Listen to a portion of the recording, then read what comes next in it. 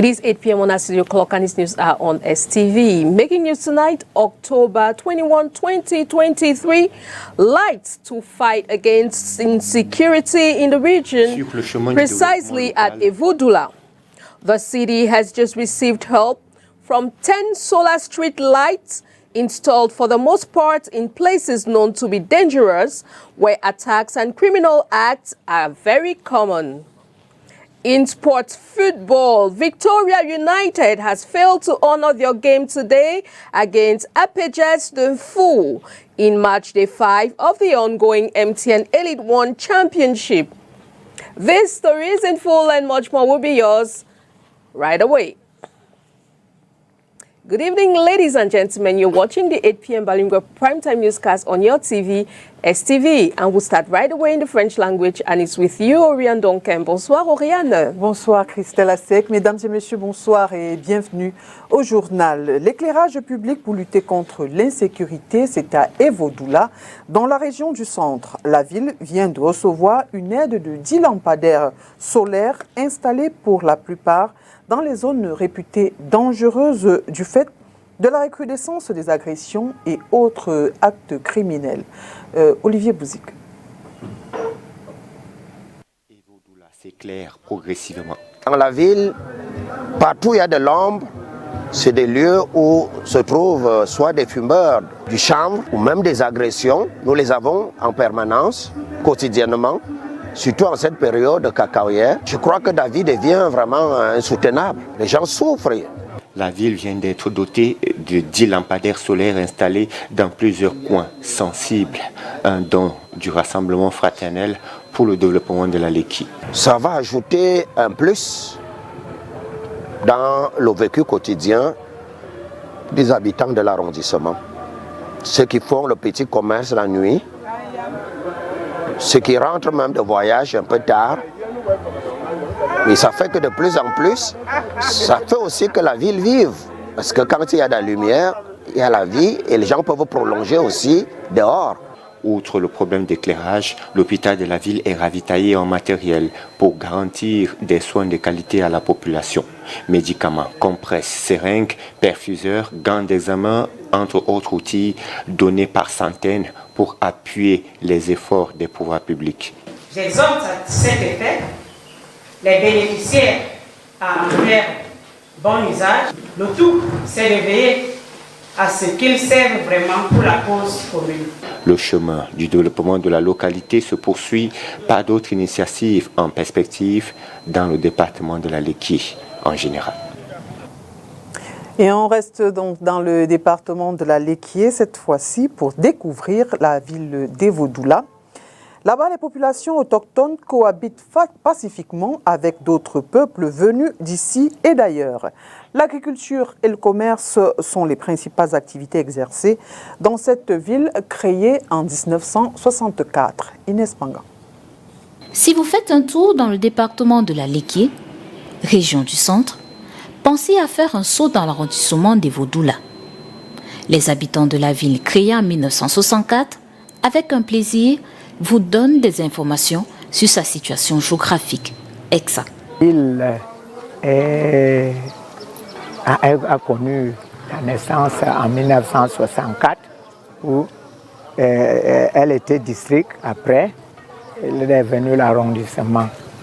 Bon, cet arrondissement est limité au nord par l'arrondissement de Monatélé, au sud par l'arrondissement de Kola, à l'est par l'arrondissement de Ligimfomo, à l'ouest par le département de Nyong-Ekile.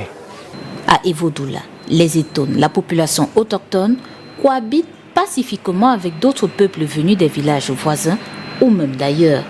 Il y a des anglophones, il y a des Bamoun, il y a des peuples du septentrion, il y a les Bamileke, il y a les Douala, et il y a même des étrangers, des Nigériens. Et tous ces gens vivent dans une harmonie totale. Il n'y a jamais eu, et je pense qu'il n'y en aura jamais, un conflit de type ethnique.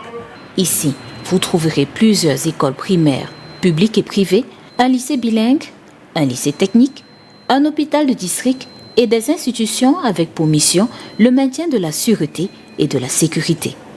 Au quotidien, les habitants s'occupent majoritairement à l'agriculture. La population des Vaudoula-Centre vivent de l'agriculture. L'activité principale, c'est le cacao, l'arachide, les ignames que font les femmes. Et au petit commerce. Malheureusement, l'espace aménagé ici pour cette activité nécessite encore quelques améliorations des dits des vendeurs, entre autres des magasins de stockage et des toilettes publiques. Il y a le marché ici au hangar presque chaque jour. Maintenant, on n'a plus de place ici au hangar. La commune a déjà pris l'endroit pour construire les boutiques. Nous n'avons plus de place. Mais nous, on ne sait donc pas là où on peut nous montrer. Et puis, nous n'avons pas les toilettes publiques. Tu te défends pour trouver là où tu peux te mettre à l'aise. On n'a pas là où garder les marchandises qu'on est en train de vendre là. Moi, particulièrement, je reste un peu loin d'ici. Chaque matin, chaque soir, je porte les bagages pour amener à la maison. On rencontre beaucoup de difficultés pour payer les choses ici à Yaoundé. Tantôt, le transport devient cher. Tantôt, on nous prend le tarif normal. Tantôt, le tarif monte à tout instant. Et Vaudoula, ville en pleine expansion, verra dans les prochains jours le lancement de divers chantiers de construction par la municipalité. J'ai annoncé la construction d'une cité municipale derrière moi et je dirais du côté du stationnement un peu en arrière, il y a une école des personnels de santé qui va démarrer en ce mois d'octobre. Elle bénéficiera également des retombées d'autres projets menés par le gouvernement. Nous avons les grands projets qui sont annoncés de part et d'autre. La route Nkolbison, Zamengwe, Okolaïke, Kam et Vaudoula, et avec l'autre embranchement Monatélé est en bonne voie de construction et il est annoncé à proximité des Vaudoula également le lancement des travaux de construction du barrage de Kikot qui est à une vingtaine de kilomètres d'ici, mais dont le bureau se trouve à Evodoula. Au potentiel futur visiteur, la ville d'Evodoula et ses habitants disent les attendre les bras grands ouverts. Le lycée Jos de Douala a accueilli ce 20 octobre 2023 les conférences After Pop en présence d'élèves, décideurs et experts des questions urbaines et environnementales. Il était question de décrypter et débattre des problématiques sociales et environnementales sur le thème « Les villes face à leurs déchets », une initiative de l'association Water for Life Cameroun. Christian Womi. La problématique des villes camerounaises et leurs déchets était au centre des discussions ce vendredi 20 octobre 2023 à Douala entre les élèves et étudiants, les pouvoirs publics et les spécialistes des questions urbaines et environnementales à l'occasion des conférences After Pop initiées avec le concours de l'association Water for Life Cameroun et l'Institut de recherche pour le développement. After Pop non seulement évoque des thématiques, mais ensemble avec les autorités, avec les personnes concernées par l'environnement, nous débattons de cette thématique afin de trouver des solutions pour un meilleur vivre dans notre environnement social. Dans le but de présenter l'état des lieux, des jeunes du Cameroun et d'ailleurs ont été mobilisés et formés à la prise de vue et sur les enjeux scientifiques et sociétaux liés aux villes durables. Toutes ces capsules que vous avez pu voir, c'est ce que nous donnons comme contribution. On va à la rencontre des acteurs de la société civile, des ménages, afin qu'ils puissent s'exprimer sur comment est-ce qu'ils sont affectés par la mauvaise gestion des eaux usées.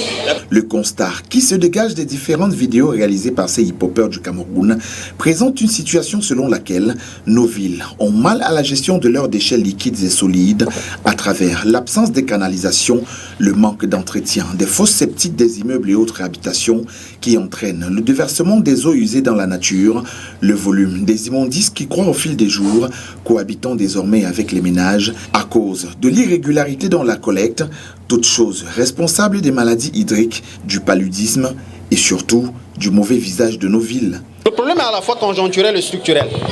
Structurel parce qu'en réalité, il y a des mécanismes qui sont définis pour que ces infrastructures puissent être mises à disposition. Pour le cas de Douala, depuis 15-20 ans, il y a des études d'impact environnemental sur deux stations d'épuration qui ont été bouclées, une au Bois des Singes et une en Gombe au nord de la ville de Douala. Pourquoi est-ce que les travaux ne sont pas lancés? Est-ce que c'est une question de financement? On n'en sait rien. Il y a la question de l'hygiène et assainissement qui constitue l'une des prérogatives des collectivités territoriales décentralisées. Le Code général des collectivités prévoit 15% du budget national, mais à l'heure actuelle, les collectivités n'ont accès qu'à 2%. Dans ces conditions, elles n'ont aucune marge de manœuvre pour adresser la question de l'assainissement. Dans un contexte où les populations inciviques n'adhèrent pas toujours aux bonnes pratiques d'entretien de leur espace de vie, ou encore la démographie galopante qui entraîne les constructions anarchiques sans respect des normes, l'éducation et la sensibilisation restent des moyens pour sauver nos villes. C'est une très bonne entrée, mais on aurait dû commencer beaucoup plus bas. Mais ce n'est pas très grave. Nous sommes au lycée Jos. Les étudiants de terminale, les élèves de terminale et première sont invités à cette conférence. Mais je pense que pour les prochaines séances, il faudra qu'on commence la sensibilisation. Peut-être en ramenant la question de l'hygiène dans les programmes scolaires. Depuis la maternelle, je pense jusqu'à l'université. Après 2 heures d'échanges intenses, la conférence After Pop s'est achevée sur l'engagement de tous de prendre soin de notre cadre de vie pour des villes durables.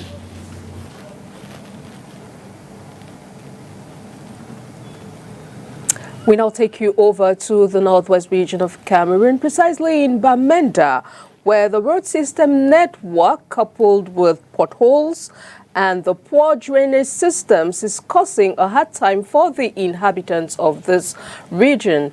Onila Donet takes us through the inhabitants' ordeal in this report. This is the state of many highways in Bamenda, northwest region of Cameroon.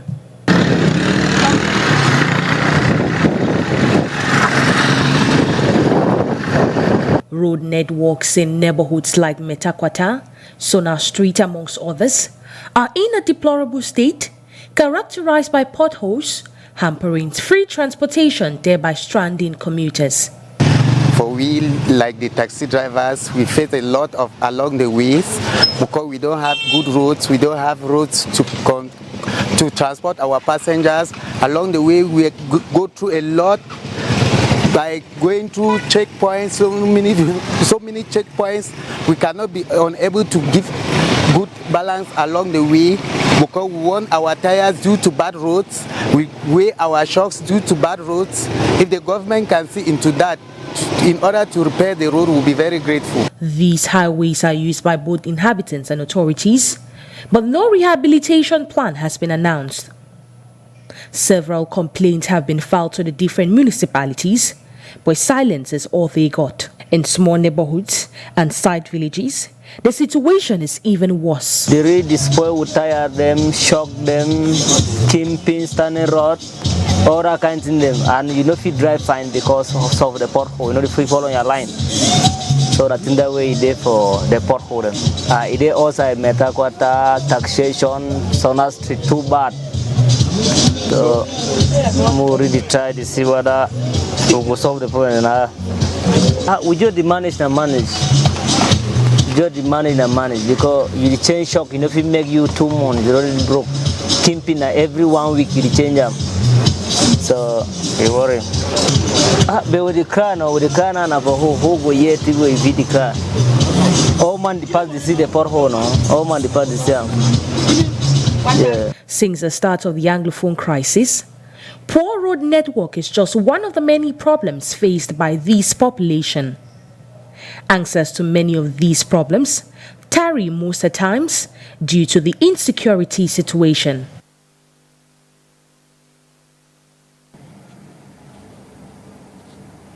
And now we talk health in this newscast. The Minister of Livestock, Dr. Tiger, has called on poultry farmers to be vigilant, especially as the year end draws near, to be socially responsible and bury all birds who contract the bird flu disease in order to preserve the health of the population. Josephine Binzi tells us more.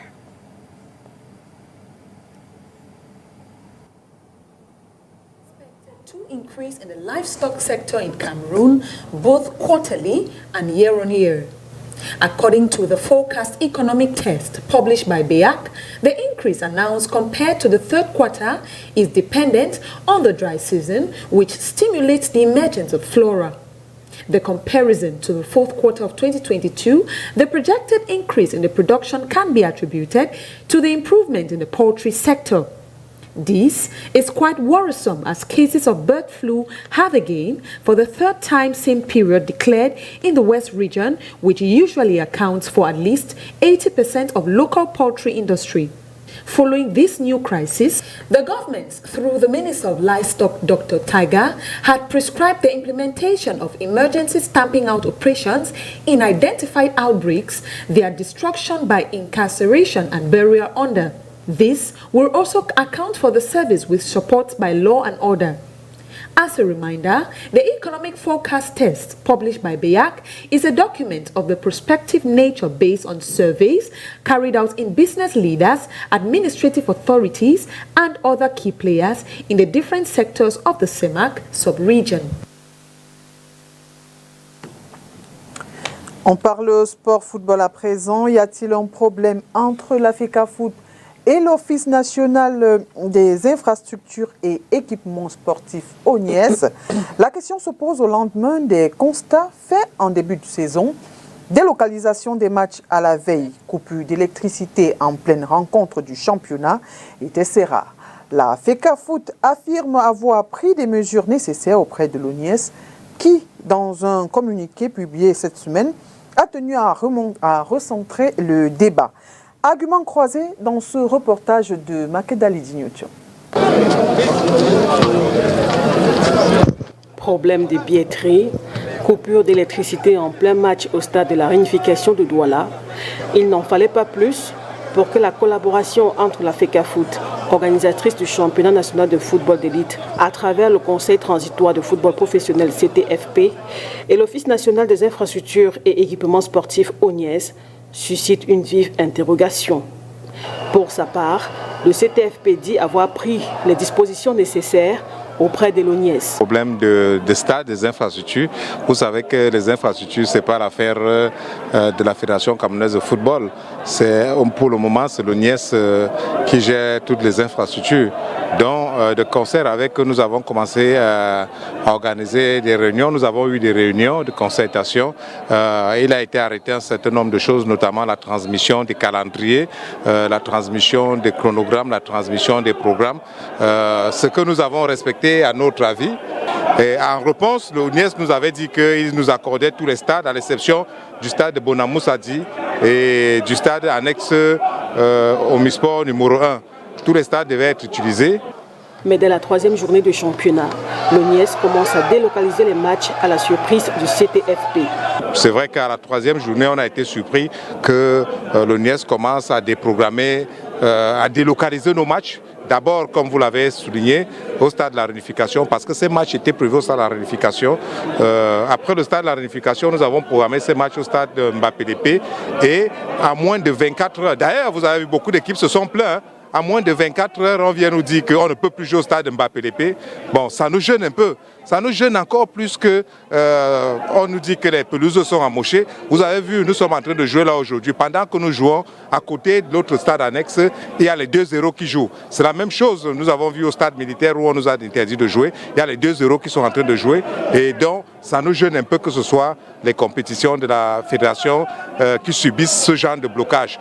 Dans un communiqué rendu public le 17 octobre 2023, l'ONIES, pour sa défense, affirme que les infrastructures ne sont l'exclusivité d'aucune association ni fédération. Fin de citation. L'ONIES reprécise le rôle et les modalités d'acquisition des infrastructures qui accueillent certes les événements sportifs, mais aussi les événements culturels, voire religieux. Donc on est là pour qu'on sache comment on utilise les infrastructures, pour qu'on sache comment on les maintient, pour qu'on sache comment éventuellement on les rénove quand il y a quelque chose et comment on les sécurise. Il faut faire la demande 15 jours au moins avant les événements nationaux et 1 mois au moins pour les événements internationaux, contribuer à leur charge d'entretien, d'exploitation et de maintenance, indique l'ONIES. L'Office comprend que des changements puissent poser quelques problèmes à certains esprits réfractaires, souligne-t-il dans son communiqué. En conclusion, l'ONIES appelle ses différents partenaires à une meilleure collaboration dans l'intérêt supérieur du sport.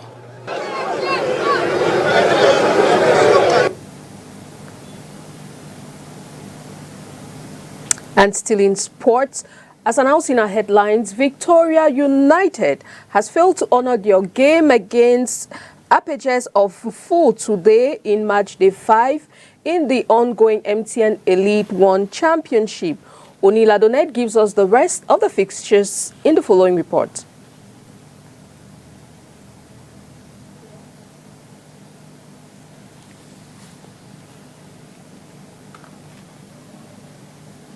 Undefeated Dinamo de Douala will host 2022 League's runner-up Bamboo Tuesday Buddha at the Reunification Annex Stadium on Sunday in one of the power clashes of match day 5. Its Clément Roga side are hoping to continue their undefeated run in this season. With 3 wins, 1 draw, 7 goals scored and 1 conceded, the boys are unarguably the topper in the league with 10 points. The Bangwa boys, on their part, are hoping to assert their revenge after a narrow 3-2 loss to Union in match day 3. Match day 4's 3-0 win over AS Fortuna is just the right boost going into Sunday's fixture. Match day 5 will also witness the game Canon Sportif against Union de Douala. The Pakum boys look deadly as their flamboyant start of the championship was slowed down by 0-0 tie to Gazelle in Garoua and a 1-2 loss to Les Astres in Douala. The Brazilians of Bepanda will lock horns with Colombe Sportif. In Bafoussam, the Bamenzi Stadium will witness PWD of Bamenda against AS Fortuna, with Aigle de la Menua hoping to accumulate maximum points against Gazelle de Garoua. Group B's action will go on in Buda between Stade de Rena and Young Sports Academy. Cotons of Garoua will return home as they play UMS of Lume. And in the Guinness Super League, the women's top flight competition has opened today with Authentic Ladies defeating Lekiefi 4-2 in a game that has been played today at the Bepanda Stadium. Onila Donet, we remain with you. Shalom Makoma and teammate of Authentic Fee gaslight title holders Leke Football Fee 4-2 in the curtain raiser of the women's top flight competition.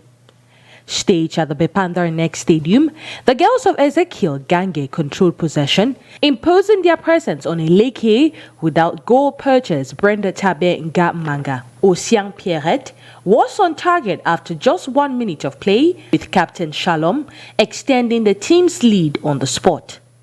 At the 22nd minute, André Bilong will strike in a third, sending the game to half-time. Out of the dresser, Christian Kiki Meva will beat Mad Onhagmat to secure her team a 4th goal, one that will give her the first Women Guinness Equal title of the season. I thank my teammate and president for recruiting me. Last season I did not win the Guinness Equal title. This season I am first to win the title, so I am happy. The team and my teammates have helped me. I am new into the team. I did what I could, but it's still not enough. I will continue to work hard in preparations for our next game. As for Leke, substitutes Anik Lolita and Brigitte will save their honor with 2 goals. I did not recognize my girls in the first half. It's true we have mixed some new and old players, but we will continue to work hard. I believe the future is bright. The physical preparation was adequate. We did not play so many friendlies. We had just 2. I don't blame our failures on these aspects. We did not play well in the first half. We were forced to make 5 substitutions. The Women's Football League is on with more exciting encounters and so. The first meeting with club presidents and new sponsors was a success. It was crowned with a good performance we just watched. We can assure you that things will go on well. Thank you for honoring our invitation. Et espérons vous revoir aussi nombreux. Merci. The Olympia Next A&B Stadium and the Fecafoot Technical Center in Oja will host the remaining match day 1 fixture. And that's the package we put together for you on tonight's edition of the Balingo Newscast on your TV. Thanks for watching. Enjoy the rest of your program in company of programs on STV. Good night. Good night, Oriane. Bonne soirée à vous, Christelle Assec. Mesdames et messieurs, merci d'avoir été des nôtres et bon week-end en compagnie des programmes de Spectrum Télévision.